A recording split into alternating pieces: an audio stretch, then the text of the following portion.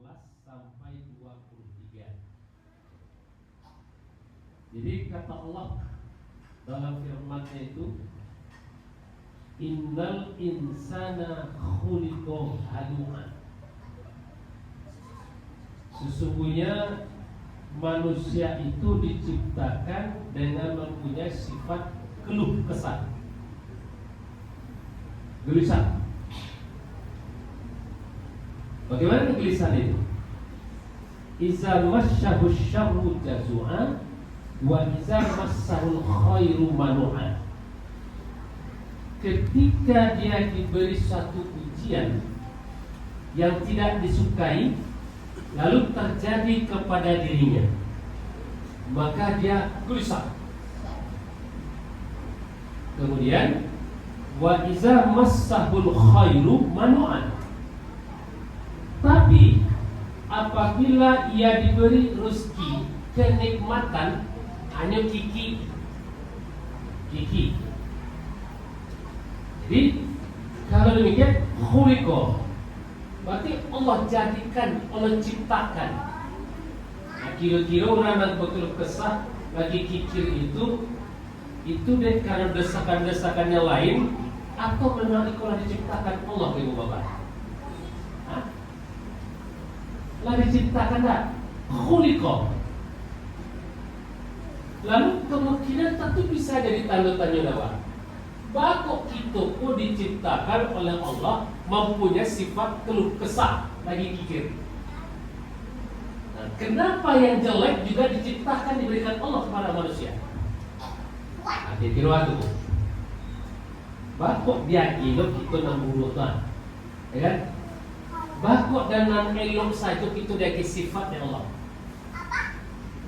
Nah, bagi itu, Pak.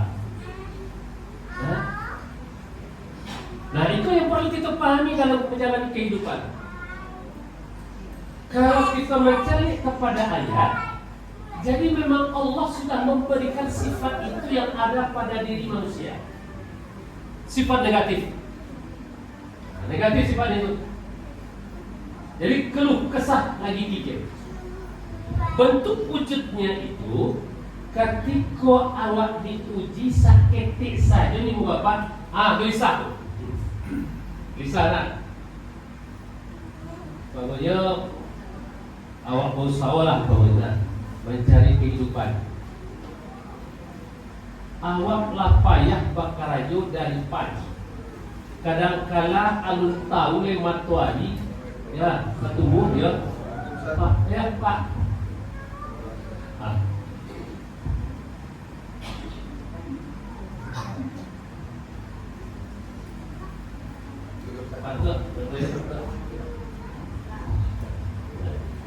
Ya, kita lanjutkan Bapak tokoh kita ini. Tak mungkin nggak ada yang kenal. Kalau ada nggak kenal, barangkali kita nggak kenal. Ya, kita lanjut ya Pak ya. Jadi kembali ke Bapak dulu ya. Jadi kata Allah dalam firman-Nya itu, bahwasanya manusia itu diciptakan mempunyai sifat keluh kesah, lagi kikir. Jadi artinya itu bukan suatu kebetulan. Bukan dek karena awak kadang-kala enggak peduli ke kawan, tapi ada dalam diri kita ini sudah diberikan hal yang sifatnya negatif. Yang mana? Keluh kesah, lagi kikir. Wujudnya itu iza massahu syarru jazu'an. Ketika diberi ujian walaupun sedikit, dia itu gelisah. Apa yang kita lihat di dalam keluarga ya, seperti tadi, ada orang yang memang sudah begitu gigih berusaha. Nah, bahasa awalnya alun tahu dari kata orang lain. Awal nggak boleh kau sahur. Bekolah malam luar dia pulang. Cuy itu kau sahur. Tapi dicari kehidupan awak, cuy itu kacit tu tadi. Itu dia bu. Tapi kalau cari orang lain Pak, kalau usahanya awak cari kurang dari awak. Tak parah nampak kekuatan pada dirinya, baik dalam bekerja memakai tenaga maupun waktu yang dikerahkan, tapi dicari kehidupannya lebih rancak daripada awak. kira batu, Pak. Nah, kalau kita mencari ke situ apa? Muncul ada dalam itu kegelisahan dalam diri. Nah, kegelisahan dalam diri tadi itu nggak bisa kita salahkan. Kenapa? Karena Allah sudah memberikan sifat itu kepada manusia. Akhirnya jadi pertanyaan, untuk apa dia gitu yang jelek, yang negatif itu pada diri manusia? Nah, itulah salah satu bentuk ibu bapak. Pada diri manusia ini, pada diri kita ini, sekurangnya ada 3 potensi dasar ibu bapak ini. 2 potensi positif, 1 potensi negatif. Lalu cari lihat. Nah, apa itu potensi positif? Kita diberi hati, qalb. Hati inilah sesungguhnya modal bagi kita untuk menjalani kehidupan sehingga rasa itu tumbuh dalam diri. Jadi kalau rasa dari situ Bapak, hati. Pernah enggak hati baru tumbuh? Pernah enggak? Enggak pernah ya. Hati tidak pernah berusaha. Tapi kok lain dimulik lagi hati itu. Dah betul hati itu. Hati itu tetap jujur, dia tidak pernah berbohong. Tidak pernah berbohong. Tapi ketika nanti sudah berproses, dalam proses itu sudah nanti diolah oleh akal pikiran, diolah oleh fisiknya dalam bentuk mata. Adik mencari tadi itu berubah mana? Atau dia menangah berubah mana? Atau karena akal pikiran ada pengaruh dari akal pikiran berubah mana? Ketika proses itu terjadi, tapi hati tidak pernah berbohong. Jadi Bapak itu sederhana. Umpamanya kita berjalan, jalan. Itu umpamanya ada yang kan pakai motor. Ketika umpamanya kita berjalan pakai motor, kemudian kita minum, kan ada yang racun aqua itu ditaruh sampai di motor itu kan. Nah, kemudian habis air aqua tadi, habis itu keluar. Ketika berjalan, itu botol kita dibawa pulang atau kecampaan. Ya, jadi tiba muncul pengelola pikiran tadi itu. Cari lah, ada matunya cari tidak kanan gitu kan. Pikiran itu campaan saya lah, kan ada orang dulu aja, campak tuh. Itu. Ketika nanti sudah dilempar, tidak dilihat orang, pada saat itu bakal tidak ibu, Pak.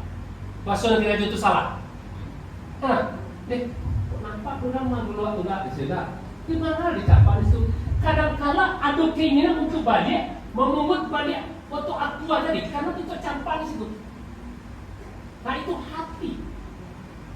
Jadi walaupun tidak dilihat orang, gitu kan? Walaupun itu sederhana, tapi ketika dia melakukan yang tidak benar, hati tetap mengatakan itu salah. Yang hadir, itu contoh kecil ibu bapak. Namun demikian ya, ini yang potensi positif itu kadangkala hati ini ya yang sudah menentukan yang baik yang benar, tapi justru kadangkala dia itu tidak bisa menyinari keluar. Kenapa? Karena bintik daripada dosa yang sudah semakin banyak. Hati. Yang kedua, apalagi potensi positif itu? Kita diberi akal. Jadi akal ini mampu membedakan yang baik dengan yang buruk. Akal mampu dia. Hati tadi mampu membedakan antara yang salah dan yang benar. Jadi kalau begitu lengkap potensi positif pada diri kita. Tapi bisakah berjalan sebagaimana mestinya dua potensi positif itu? Nah ini yang kadang-kadang berpengaruh.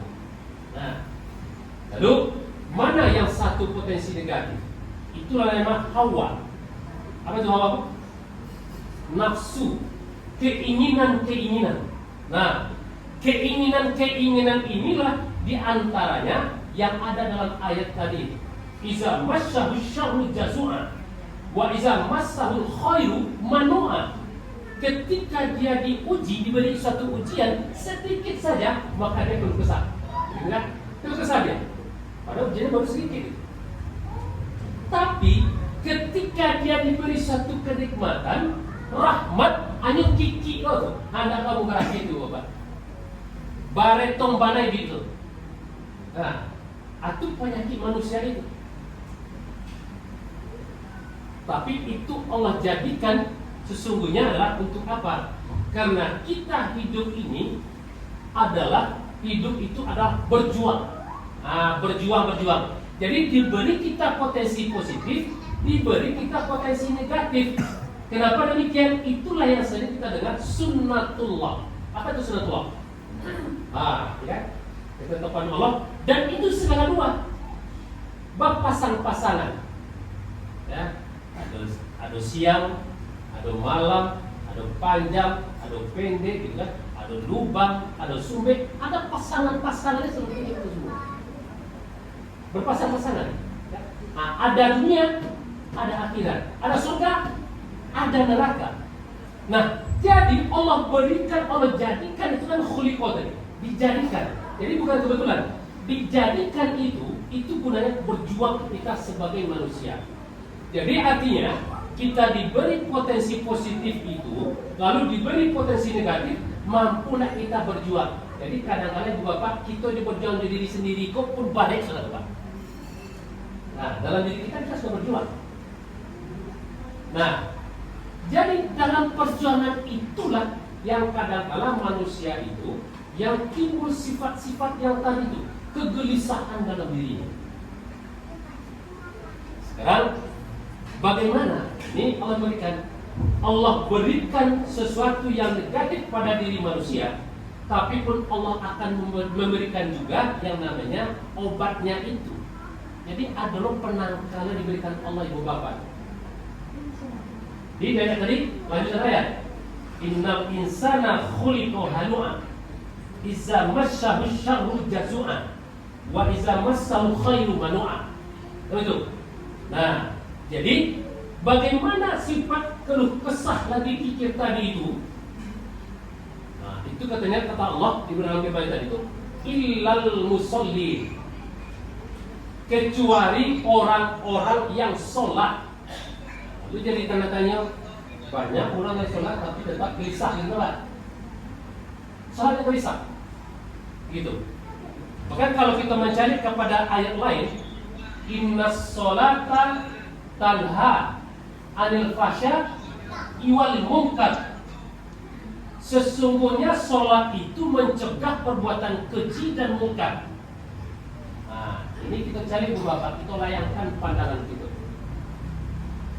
Orang yang mengajar perbuatan munkar itu yang tidak sesuai agama, kita sholat tak? Sholat. Orang yang melakukan penyimpangan, penyelewengan, kalau orang sini istilah itu untuk korupsi, kira-kira orang yang korupsi itu sholat enggak? Sholat. Lalu sekarang, apakah ayat itu yang tidak sesuai sebetulnya dengan yang sebenarnya? Lalu apa dikatakan Allah? Innas sholata tanha anil fahsya'i wal munkar. Sesungguhnya sholat itu mencegah perbuatan keji dan munkar. Tapi orang yang sampai itu kenapa kok dia melakukan juga? Lalu bagaimana sholatnya? Nah, jadi Ibu Bapak, jangan sholatnya yang kita salahkan. Tapi bagi orang yang bersangkutan, sudahkah benar sholatnya itu?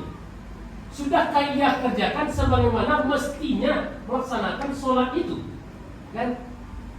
Jadi kalau sekilas mencari, dia lebih benda-benda. Saya tuh banyak orang-orang kejadian itu yang melakukan perbuatan ya kemaksiatan, nyamai sholat. Kamu saji kayak aku lewat sebenarnya. Bahkan rajin sholat duha, rajin puasa-puasa sunat. Tapi sukojo di situ mempergunjingkan orang lain. Kan banyak orang itu nabo. Oh iya betul. Jadi yang seperti itu sebetulnya, apakah sholatnya itu ya ayat ini yang tidak sesuai sebetulnya? Nah, ini yang perlu kadang-kala kita perhatikan dulu. Nah, kita hubungkan dengan ayat tadi. Illal musolli. Jadi di antara penawarnya itu, kegelisahan, sifat kikir itu adalah dengan cara kita sholat. menghindari perbuatan-perbuatan keji dan munkar, di antaranya dengan sholat. Lalu sholatnya yang mana? Allazina hum ala sholatihim daimun, yaitu orang-orang yang dia tetap mengerjakan sholatnya. Konon itu kalau para mufassir di antaranya, ya, tetap mengerjakan sholat itu bermakna pertama, dia mengerjakan sholat itu kalau 5 waktu sehari semalam, iyo lainnya kerajuan 5 waktu sehari semalam itu. Jadi tidak rumpang-rumpang, ya, sesuai dengan aturan. Itu satu. 5 masalah waktu sesuai dengan aturan, itu yang dia kerjakan. Yang kedua, tetap itu juga dalam makna bahwa apa yang ia ucapkan ketika sholat, lalu selesai sholat tetap ia kerjakan sesuai dengan apa yang ia ucapkan ketika sholat. Begitu lagi, apa yang kita ucapkan ketika sholat, di luar sholat, lain kita amalkan itu, Pak. Hah? Jadi tanda tanya lah.